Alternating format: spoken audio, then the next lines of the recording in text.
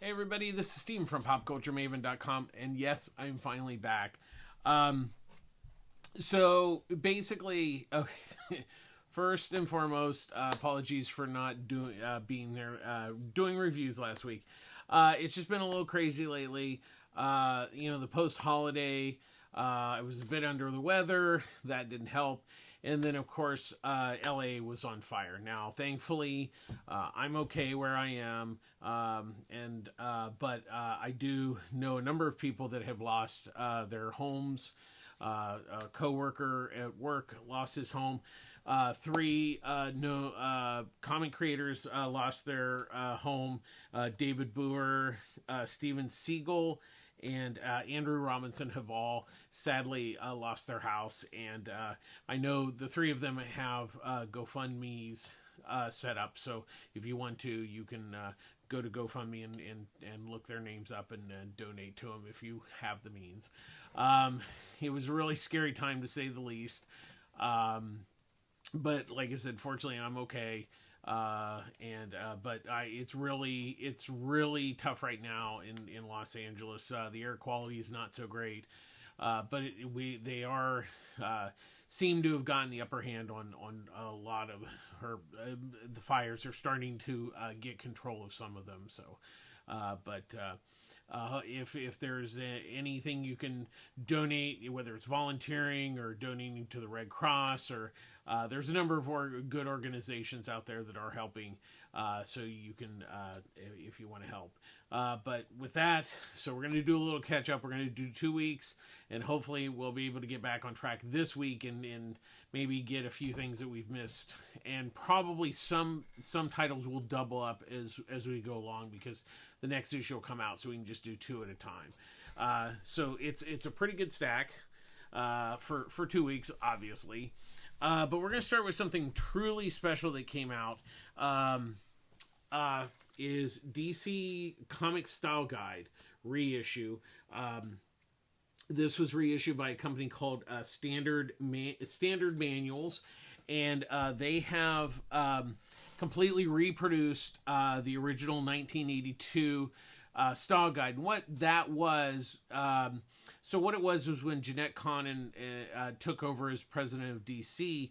Their licensing was really kind of a mess. They would just literally take panels from comics, and the artists weren't necessarily getting compensated for it.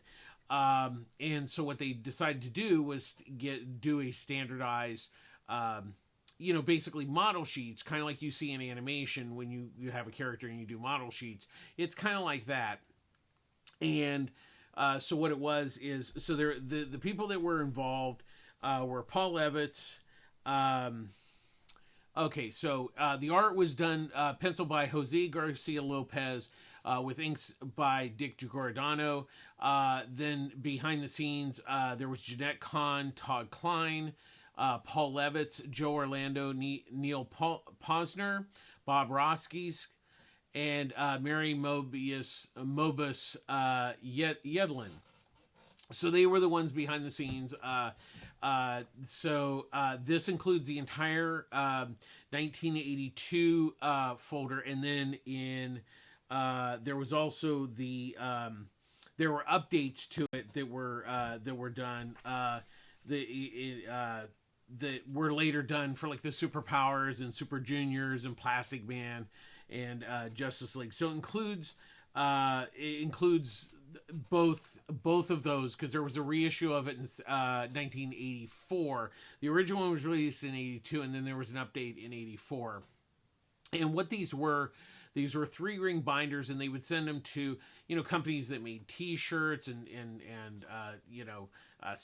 pins and things like that, towels, underoos.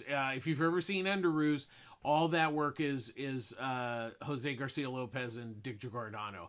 So what it was this was pre online and CD-ROM and all that stuff. Eventually, this did become available as like a CD-ROM, and then there wasn't. But there's always been this fans have always wanted copies of it, and they did pop up on eBay every once in a while, but they ran hundreds, if not thousands of dollars. Now, Standard Manuals actually bought 2 copies of them to reproduce it. The best way to think of this is kind of like the artist edition. They actually shot the original pages, so they reproduced it perfectly the way it was printed back then. So you're going to see a little yellow, and sometimes a little, off coloring on the paper itself and stuff like that. But they've gone through and cleaned it up as best they possibly could. So you'll see like color guides and stuff like that. So you'll see black and white art and color art, and it's really a nice hardcover. The interesting thing is on the updates, there's actually some Teen Titans artwork that was actually done by George Perez. So that is kind of interesting. But this is something that if you're a fan of DC, like I've been over the years, it was always known about the style guide, and it's like there was always hope that maybe DC with themselves would put it out, but they did. The 2 guys who run Standard Manuals, they had made another manual of some architecture in New York or something, and they'd found out about that, so the DC style guide, so they were very interested. And so, like I said, they bought 2 copies so they could reproduce it 100%. And then they discovered that in the second one that they bought did have the additional pages, so it does have everything that was ever printed for the 3-ring binder that originally came out. So this is there's an introduction by Paul Levitz where he talks about how the project came about, and then there's an interview with Jose Garcia Lopez and Mary Mobus Yedling, talking about them being involved with the project. So it's really, really great. And it's just amazing. And you can get it from your local comic shop because it is distributed. DC is distributing it through Lunar. So if you do want a copy, you can order it from Standard Manuals. You can order it from them directly, or you can talk to your local comic shop and see if Lunar still has some copies in stock. From DC, but its list price is $95, and that is a steal because like I said, Standard Manuals had to buy 2 of them, and my guess is they probably paid $600-700 easily for each one on the low end. Like I said, sometimes they used to go for like thousands of dollars. For the original, 3-ring binders. So, and that's assuming that the one you got had all the pages and everything. This reproduces everything that was ever made for the 3-ring binder DC style guide. So that to me is really like one of the holy grails of I think anybody's real collection of comics, especially if you're a fan of DC. So definitely, I've included artwork here to show you what's like inside, and I was thrilled. I was so excited to get this, and just over the moon to get it. Probably one of the best books published in 2024 as far as I'm concerned. Now let's just get to the regular books. First up, we have Lucky Devils #1, written by Charles Soule with artwork by Ryan Brown. Now this is the same team that did 1 Billion Genies, and so what this is there's 2 humans, Cam and Star. He's like a teacher, and then Star is a nurse. And what it is that most people have little devils, and the lower level devils, just normal ones, can only do like one of the seven deadly sins, like gluttony or wrath, and so basically what the two demons that they have, these people are kind of goody two shoes, and they really can't affect them. They try to do things to ruin, basically make them have a bad day, but they always seem to like, okay, well, I'm just having a bad day, and they don't really act upon that. So what it is Collar and Rake are their 2 demons, and they basically convince them that it's like, hey, we need to kind of turn your bad luck and, kind of turn it. Because basically what they do is as the little devils go up the ladders, they become more powerful. They're able to do multiple sins on people because they want to ultimately turn their souls rancid, so they go to hell. But in some ways, it's the plot of the story is a little bit don't make a deal with the devil. That's an easy way to kind of sum up the concept on the elevator pitch. But but Collar and Rake are actually doing something that, because they kind of want to take down hell, and how that is going to happen, what that involves, we don't quite know, but it's going to be very, very interesting. I was a really big fan of 8 Billion Genies, which was absolutely a really, really great series. If you haven't checked that out, definitely just run out and buy that. It's really great. This is off to a really solid start. Basically Charles writes it, and then Ryan does the artwork, but they really collaborate on actually making the book, because they talk out the plots and everything, and then Charles sometimes will change things depending on what Ryan did in the previous issue. So it really is a true collaboration between the two of them, and it really, really shows in this first issue, and it's really a great setup. It tells you kind of everything you need to know, but there's all these kind of unanswered questions, which is a good thing, because it's going to be a 9-issue series. So we're just seeing like the first part of this 9-part series. So I really enjoyed it. Definitely well worth picking up. It was really one of the best books of the last 2 weeks. Next up, we have New Champions #1, written by Steve Fox, with artwork by Ivan Ferrelli, with I.G. Guerrera. So what this is, so it's Moonsquire, Liberty, Cadet Marvel, Hellrune, Phantasma, Spider-Boy. They're kind of like junior superheroes, and they basically, I guess, got powers from Hydra. I don't know. There's an introduction saying something about Hydra, but honestly, it's kind of like the CW of comics. It's kind of this teen, hey, let's get all these young superheroes together, and they'll,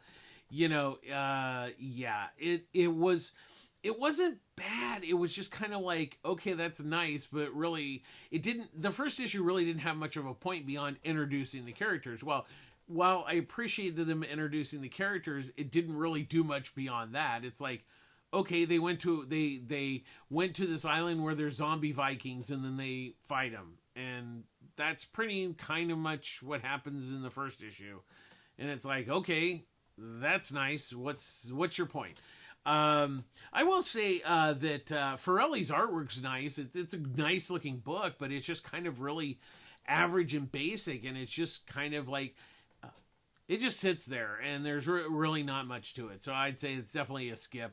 There's not much going on there, and there was certainly this first issue did not give me a really compelling reason to come back. Next up, we have Zootopia #1, written by Jeff Parker, with artwork by Alessandro Rodaldi. So this obviously takes place post Zootopia film, and what it is Hops and Nick are sent to this the Zebrando introducing a new phone, the PB&J cell phone, the new one, and while they're there, because he's gonna give some away, so there's big crowds and everything. So Hops and Judy and Nick are there to, kind of crowd control and everything. And what happens is the phones are coming in on a Zeppelin. The Zeppelin is catches on fire and explodes. And they find out that this could be like some corporate sabotage. So it's kind of a mystery. It's really cute. It really captured the spirit of the film and the characters, which I really like. Parker did a really nice job on that. And Rinaldi, he'd done, I believe he did the Hades miniseries at Dynamite, and I really like his artwork, and he really just captures, the kind of the feel of the characters and everything in a 2D sort of way. Obviously the movie CGI, but I really liked the style that he used here on the book. It's a lot of fun. I'm a big fan of the movie, and I think if you like the movie, it's definitely, nice, fun, good all ages book.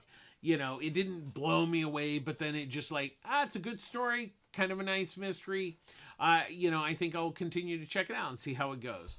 Next up, we have Aquaman #1, written by Jeremy Adams with artwork by John Timms.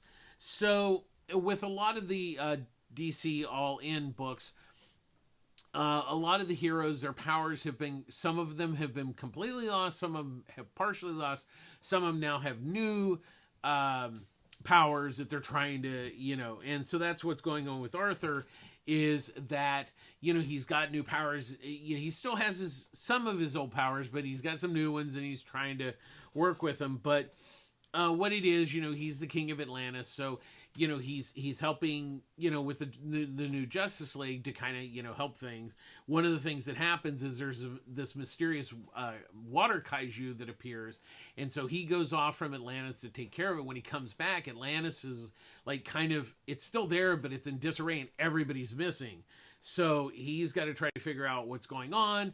He goes back to the Justice League. He gets Wonder Woman and Batman. And then we find out that there's something going on that might have to do with Darkseid. So we don't know. That's the end of the first issue. A little bit of a spoiler. But it's, it's not really giving too much away. It's, a lot of this has to do with post-Darkseid supposedly being dead. The odds of Darkseid being dead, I think, are pretty slim. My personal opinion. But it was a good first issue. It didn't blow me away or anything. Adams, did a nice job. Really, the big draw is Tim's artwork. John Timms is really, really, really good artist. He did the John Kent Superman book for quite a while. He was the artist on that. He's a really good artist, so it looks good. Like I said, I like Aquaman as a character. I'm glad that he's got his own book. But it's still too early to call. I liked the first issue, didn't quite love it. It was a setup with a fair amount of exposition, so that's. We'll kind of see where this maybe the second and third issue go. It was a nice first issue, not necessarily, but I think it's, if you're a fan of Aquaman, it's nice that he's back, and I think it's worth checking out in that respect. But if you're not super big Aquaman fan, we'll kind of wait and see where that lands. Next up, we have Deadpool Wolverine #1, written by Benjamin Percy, with artwork by Joshua Cassara. So basically what this is Deadpool, at the beginning of the story, there's a mysterious villain that has been woken up. We don't know who that is. We find out at the end. I'm not going to tell you. But then, so what it is Deadpool, gets Wolverine, but we find out that Deadpool's been possessed by said villain or something. And so Deadpool tries to kill Wolverine. Then, then Wolverine gets pissed, and I wouldn't say hilarity ensues, but they kind of beat the snot out of each other because both of them can't really die. It was okay. I mean, it was really, I think Marvel's, trying to ride the coattails of the Deadpool Wolverine movie. It was nice, but it was just kind of like, okay, the story wasn't particularly compelling. There wasn't a huge plot there. So it was just kind of okay. I will say, Cassara's artwork, it's a nice looking book. It's just that, Percy's script was like, okay, that's nice, So if you're looking for a Deadpool and Wolverine, it's okay. But I wouldn't say that it's going to convert anybody to like go, oh my God, this is like the greatest team up. No, it's not. It was okay. In the end, it was okay. Next up, Those Not Afraid #1, written by Kyle Starks with artwork by Patrick Piazzalunga. So what the premise of this is, in 1989, 57 women were kidnapped and murdered. It was never solved. And so now it's the present day, and Cecilia does this podcast, and she's, kind of talking, it's a murder mystery, kind of podcast. And what it is there's currently 2 active killers. There's the Headless Horseman and the Lady Killer. And what it is the lady, the headless horror man basically is killing this couple. He breaks in their house, and the guy who's the lady killer shows up, and he basically they make a deal together to try to beat the killing of the number of 57. It's like a murder race. They basically okay, we won't interfere with each other's murders or whatever, but we see who can make it to 58. That's the basic premise here. It was intriguing. Like I said, there were this first issue is definitely a lot of setup there, but I really the concept is kind of intriguing of two serial killers trying to like get the most kills. It's an interesting concept. I mean, this first issue is really a setup. I will say Piazza Lunga's artwork is really, really nice. I know recently he did that miniseries with Colin Bunn at Dark Horse. The name's escaping me right now, but his artwork is really wonderful. But what I liked about what he did here, that artwork was really kind of clean and kind of a bit, I guess you could almost say superheroic in a way. But here it's really kind of dark and dingy and everything, and it's like it's a very different style, but it really fits the story, which I was really impressed with because I really liked his art on that miniseries. And yet when it came to this, it's like it's not the same artwork, but it has a similarity. I can definitely tell, but it's a different style to fit this story, and that really impressed me a lot. I was very impressed by that, and like I said, I think the concept's really interesting. So we'll kind of see where that second issue, brings us. But the talent behind this book is really solid. So I have a lot of faith, and I like this first issue. Next up, we have Absolute Batman #4, written by Scott Snyder, with artwork by Gabriel Hernandez Walta. Now, so this is kind of interesting because in some ways, I know it's only the fourth issue. It's a bit of a fill-in issue because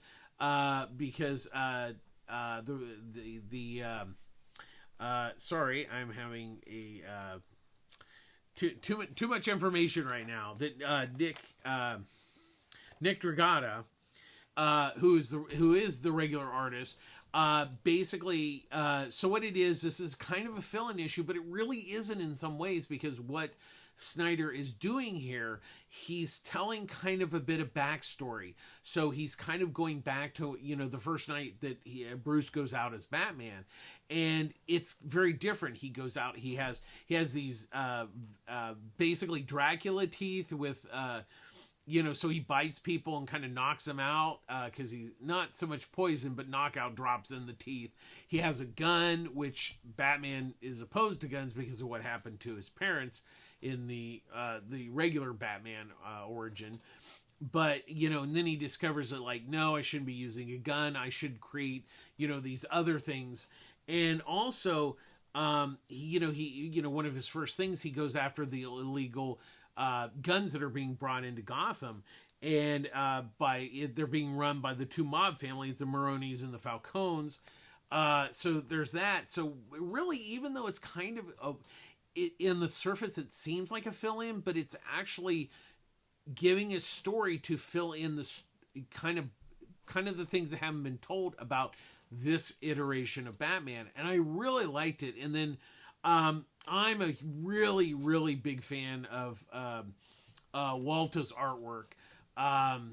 And he really did a great job here. And it really, once again, the story fits the tone of his artwork, and vice versa. The artwork really fits the tone of this story. And I really like that, because it, like I said, it kind of seems like a fill-in, but it really isn't, because it's just, obviously we have a different artist, but the stories really add so much more depth to what we've already seen in the first three issues. Kind of a really smart move, and I really liked it.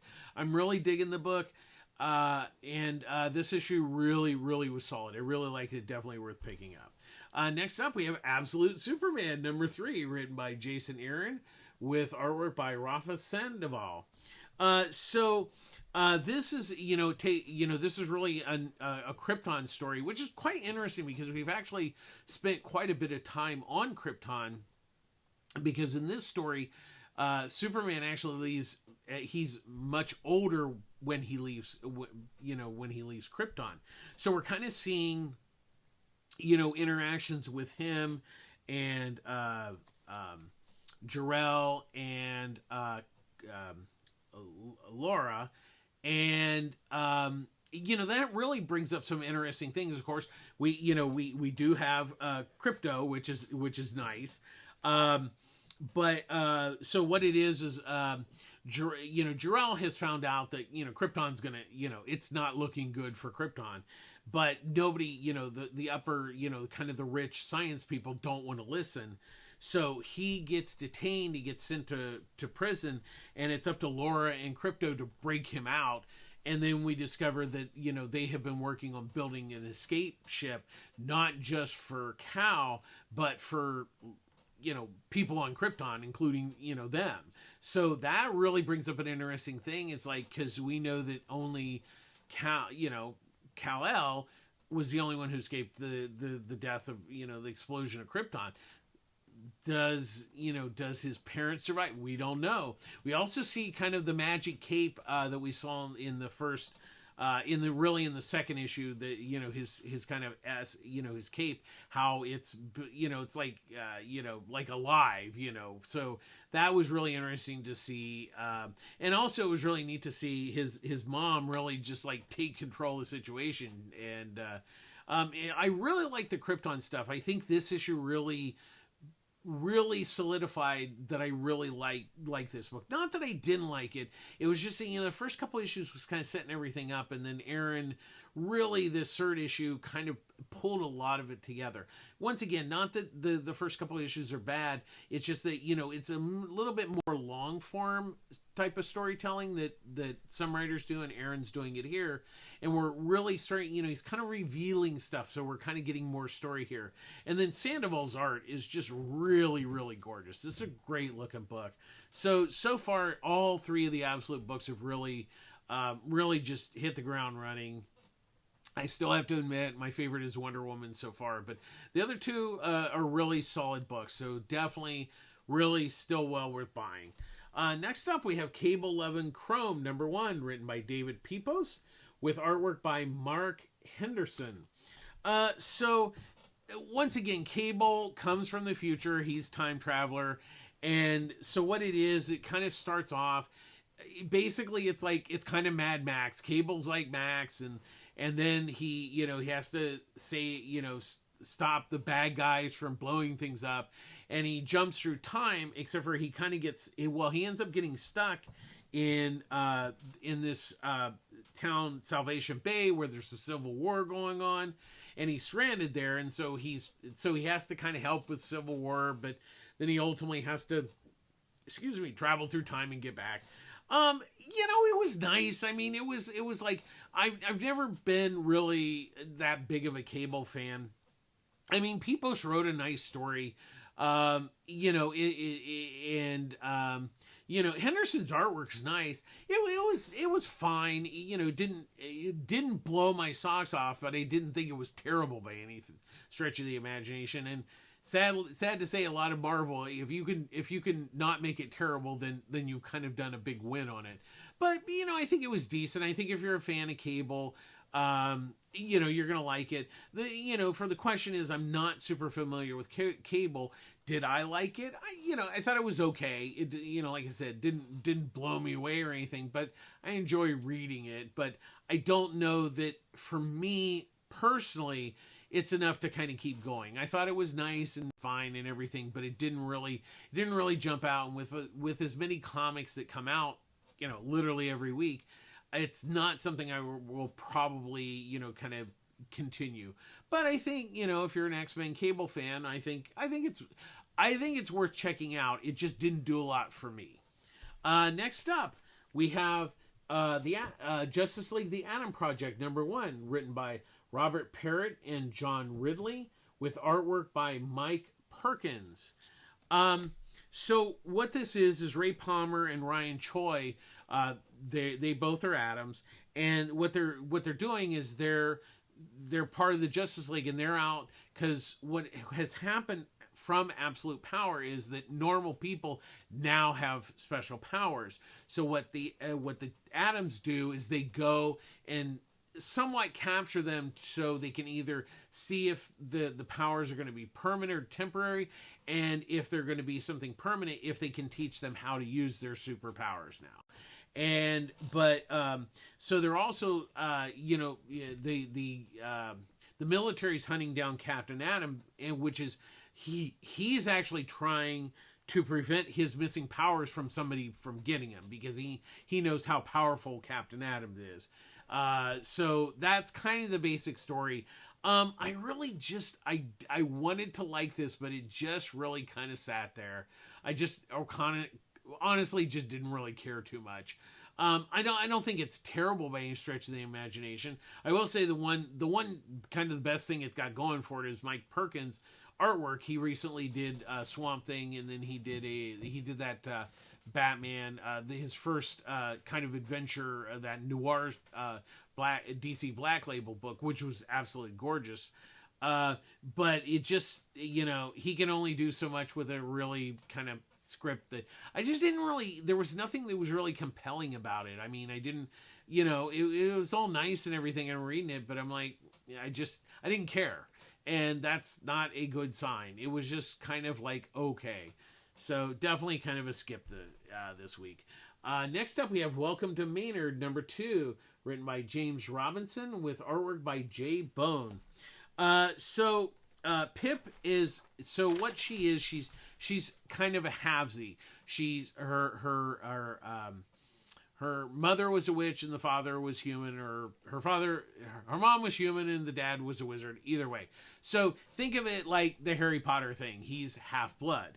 And so what it is, she ends up, she gets a job at this magical hotel, and Sam, the hotel detective, basically got her the job, but he has a secret that, he won't reveal to Pip, but, so there's something going on, because there was a relationship with Pip and him, with the family.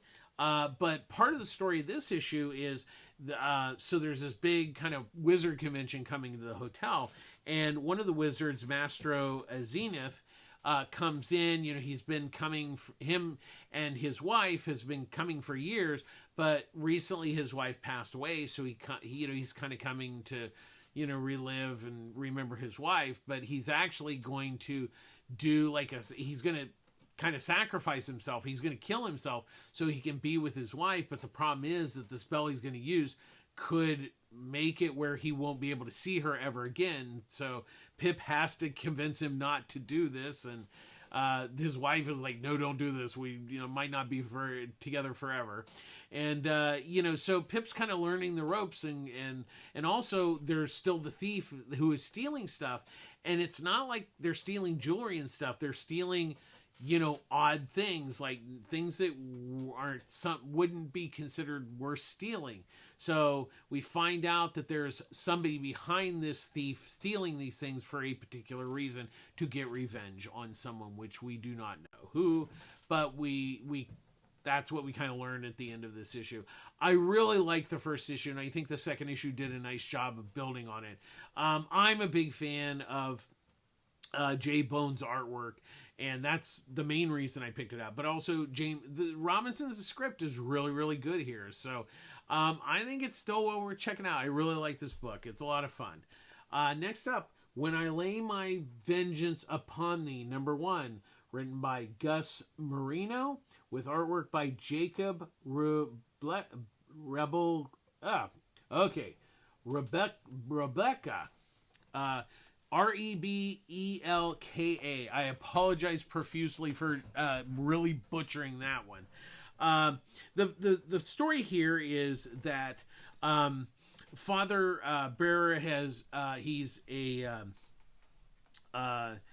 he's a disgraced priest. He's haunted by his past, where there was a tragedy where he didn't kill a kid, but he was involved in, and there was a death of a child.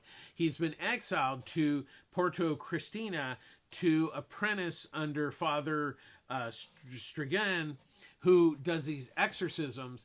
And normally the Vatican, kind of oversees exorcism, but he does it a different way. It's kind of sanctioned by the Vatican, but so what it is Barrera is there to learn the way he does the exorcism, and he's so it's kind of like that. So think of like it's kind of an exorcist type, story and everything.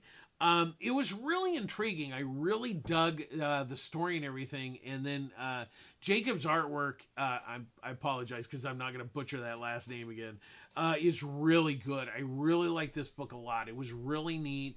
And, it was kind of a different take on the whole, exorcist type story. Like I said, the story was really intriguing. The art was really fantastic. This one was well worth checking out. Definitely look this book up. I really liked it a lot. Next up, we have Magik #1, written by Ashley Allen, with artwork by German Peralta. So what this is Ileana Rasputin is she's with the X-Men team that's up in Alaska, and then somebody is like kidnapping mutant kids, and so she goes out to try to find what's going on, and then she discovers that there's this creature trying to break a seal because there's something in underneath the ice in Alaska, and so she is there to try to stop what's going on, and she meets up with there's a grandmother who her grandson's a mutant, and she's trying to keep the seals from being broken. It was an interesting first issue. Once again, decent, okay story. The artwork's really nice. I mean, I will say it's a really good looking book, but once again, it was kind of an okay story. It did everything here, do this. It didn't do anything particularly exciting. Like I said, it had nice art and everything. I think there are some interesting elements to the story, but there wasn't anything that really made me go, oh, I really need to check out the second issue. It was nice and everything, but ultimately just kind of okay in the end. Next up, we have Living Hell #2, written by written and drawn by Caitlin Yarsky. So what it is Jerome is now the new shepherd because he ended up killing the original shepherd. And what a shepherd does is their job is to recapture demons that have escaped from hell, and he has to send them back. And so his first job is going after the Sato sisters. They run a funeral home where they basically kill, they eat the dead. They don't eat all the dead. They just eat the dead of people can't afford a burial and stuff. So they'll eat them. They'll eat their souls. And so Jerome, that's kind of his first assignment. And, he obviously, he hates being in this position because he was actually, he was actually a demon that escaped from hell, but he ended up marrying somebody. He has his daughter. So the whole reason that he has now become the shepherd is to help protect his daughter because he doesn't want to, get them involved with all this stuff. So, it's really an interesting story. I like the first issue. Yarsky did a really nice job of building on this second issue. And the artwork is fantastic. I really like her artwork a lot. And I'm really intrigued to see where she takes this because I think part of the interesting thing in the second issue is kind of like the way I described it is like, oh, he's just chasing demons down and stuff. No, he's having to deal with him and his wife fighting, and there's that, and he doesn't really, he hates this job, and he really doesn't want to track down demons and stuff, but he kind of has to. And so it's really interesting because it's not it's something he has to do, but it's not something he wants to do, and then he's still trying to, kind of get his family life organized. So there's a lot going on more than just, like him going out and capturing demons. And I really like that about the book. That it could have just been that, and that would have been fine. But I like the fact that, she's really digging into the characters, and I like it a lot. Definitely well worth checking out. Next up, we have Batman Dark Patterns #2, written by Dan Waters with artwork by Hayden Sherman. So this, the second issue, so the Wound Man, Batman is captured, what he, I won't say how he did it. It was kind of ingenious because he can't really hit him, because if he hits him, one of the nails will basically kill him, and he won't be able to get any information out of him.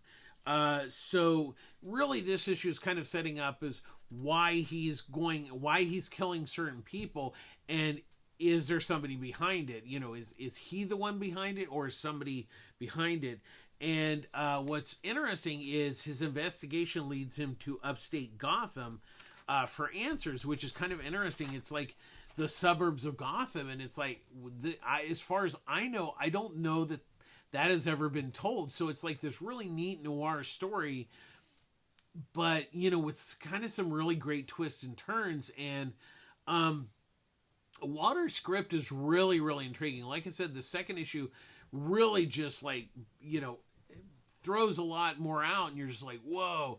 And then Sherman's artwork, they just do a wonderful job on it. The way that they lay out the artwork and everything, just the look of the art and everything is just really just wonderful. And it's really excuse me, a really great looking book. And like I said, Sherman's they are doing the artwork on Absolute Wonder Woman, and if you've seen that, then you definitely need to be picking this book up, because it looks just as good as that. And like I said, you have Dan Waters' script, and then Sherman's artwork is just really just perfect. They really capture the noir aspect visually and in the story. So it's like the perfect pairing of art and story. So definitely still well worth picking up. I love this book. And finally, we have Sam Wilson, Captain America #1, written by Greg Pak and Evan Narcisse, with artwork by Elder Messias with Valentine D. Landro. So what the premise here is that Sam attends a birthday party for Isaiah Bradley, and he finds out his name has been brought up for about this new tech venture. So he goes up to this, basically it's kind of like a floating city where they do farming and stuff. And but he finds out that there's a dark secret behind the tech company and everything. This was really kind of like another average superhero. It's not great, it's not terrible. It's obviously meant to tie into the new Captain America movie, because it has the Red Hulk in it. He appears at the end of the first issue, and it just kind of once again, it's kind of okay. It's not great, it's not terrible.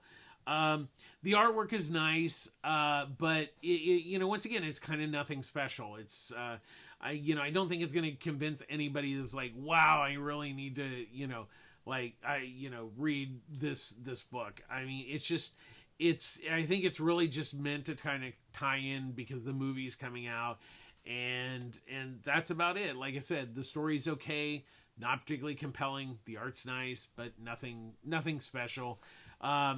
It's just very basic superhero 101. There was nothing in there that shocked me or even intrigued me enough to kind of come back for a second issue. Just kind of another disappointing, average Marvel book.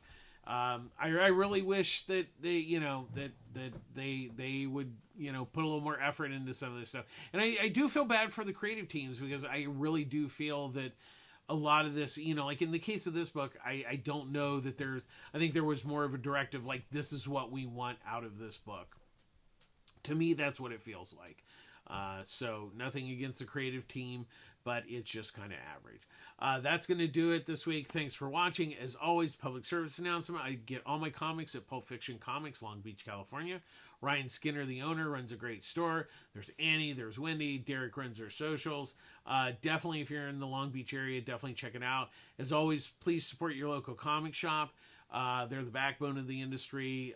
Make sure that if you pre-order stuff, make sure you pick it up on a timely basis. And as always, we end our show with Be Kind.